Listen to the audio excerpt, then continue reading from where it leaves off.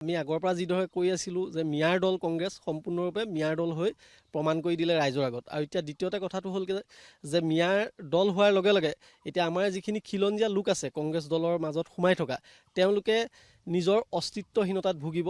কাৰণ আজি কোনো এজন আমাৰ খিলঞ্জীয়া লোকে APCCৰ সভাপতিৰ দাবীদাৰ হ'ব নোৱাৰে বা আজি কোনোবা এটা গুৰুত্বপূৰ্ণ পদবীৰ দাবীদাৰ হ'ব নোৱাৰে। কিয়নো কাৰণ আমাৰ কোনো মানে খিলঞ্জীয়া লোক তাৰ পৰা বিধায়ক হৈ নিৰ্বাচিত হৈ আহিব নোৱাৰিলে। আৰু তেওঁলোকে যিটো মিয়া প্ৰীতি, সেই মিয়া প্ৰীতিটো বজাই ৰখাৰ কাৰণে এই 2024 এটা শোচনীয় পৰাজয়ৰ সন্মুখীন হ'ল।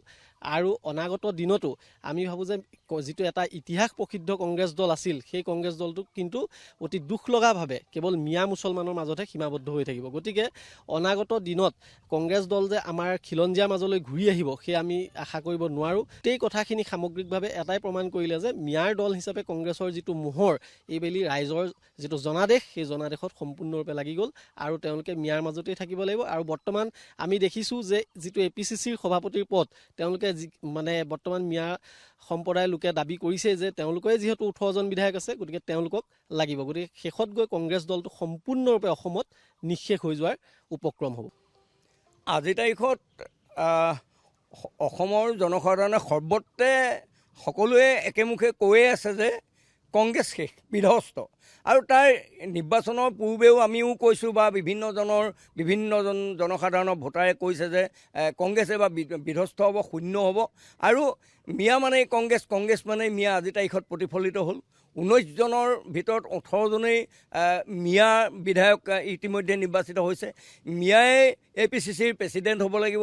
মিয়াই হয়তো যদিও বা বিৰোধী দলপতি হিচাপে স্বীকৃতি লাভ নকৰে, তথাপিতো বিৰোধী বুলি কিবা এটা থাকিব, তেওঁলোকৰে হ'ব লাগিব। গতিকে আজিৰ তাৰিখত গৌৰৱ গগৈ নিশ্চিহ্ন হৈ গ'ল।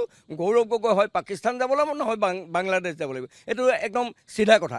আমি প্ৰকৃতাৰ্থত ক'বলৈ গ'লে আমিও সাধাৰণ ভোটাৰ হিচাপে আমি গৌৰৱ গগৈ হোৱাটো সঁচাকৈ ভবাই নাছিলোঁ। কিন্তু তেওঁৰ আত্মগৌৰৱ অহংকাৰত ডুবিছে। তেওঁলোকে 17 তাৰিখে চৰকাৰে গঠন কৰিলে কোন কৃষিমন্ত্ৰী হ'ব, কোন শিক্ষামন্ত্ৰী হ'ব, কোন গৃহমন্ত্ৰী হ'ব, এইবিলাক পাতি দিলে। তেওঁলোকৰ চৰকাৰ নিৰ্বাচনৰ 4 মে'ৰ 12 বজালৈকে তেওঁলোকৰ চৰকাৰ। আৰু অসমত বিজেপিৰ মাননীয় দক্ষ মুখ্যমন্ত্ৰী হিমন্ত বিশ্ব শৰ্মাদেৱৰ সবল নেতৃত্বত আমাৰ পিছবেলাৰ পৰা চৰকাৰ। আমাৰ খিলঞ্জীয়া সনাতনী হিন্দুৱে প্ৰকৃততে জাতি মাটি ভেটি কথা চিন্তা কৰিছে, উন্নয়নৰ স্বাৰ্থত ভোট দিছে, ভাবিব নোৱাৰা উন্নয়ন কৰিছে। একাংশই কেতিয়াও নেদেখা উন্নয়ন নেদেখা সকলোৱে আজিৰ তাৰিখত বিধ্বস্ত হৈছে।